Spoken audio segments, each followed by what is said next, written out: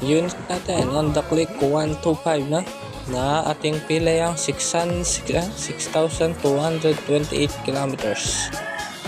So makaltuya po yung kayang oil change, pero bayo yung change your kanoy ni akalingon din sigurong i-reset, pero i-reset tayo niya mo po ta.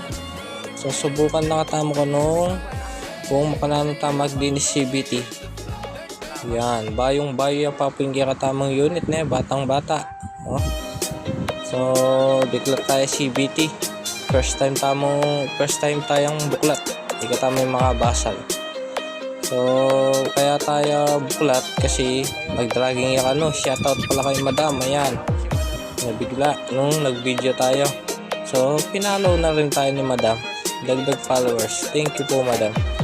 So yan, donation tayo po CVT kayang unit na kasi madragging yung magalgalyo ang manigalgalyo potang pakulitan eh.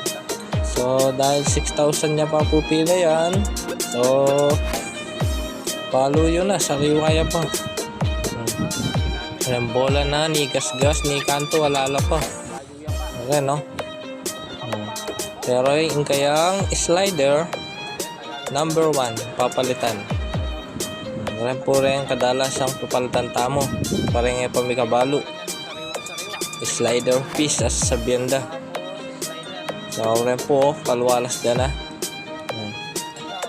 Sana magkasakit mananggal, dapat po maigpit la rin para iwas tamo kaya sigla na kayang panggilid, kailangan palitan tala.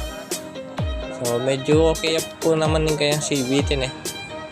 I spray ko na po compressor yan, alikabok takal.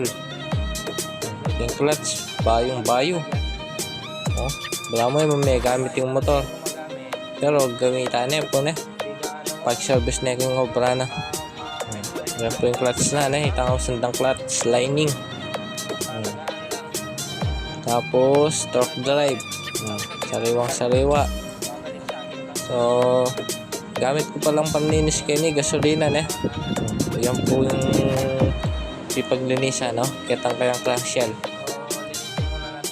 So palike and share na mo pingi katamang video, pagkikalat na mo po mechanic tuban po para pang makakilala ka na ako, talayo ka na ako rin motor yun sigurado 100%, 99% sali sila po rin shoutout na mo po kong madam, yan po on the click kabayo kaya katamang gagawan ngayon ng Aldo ngayon and Merry Christmas.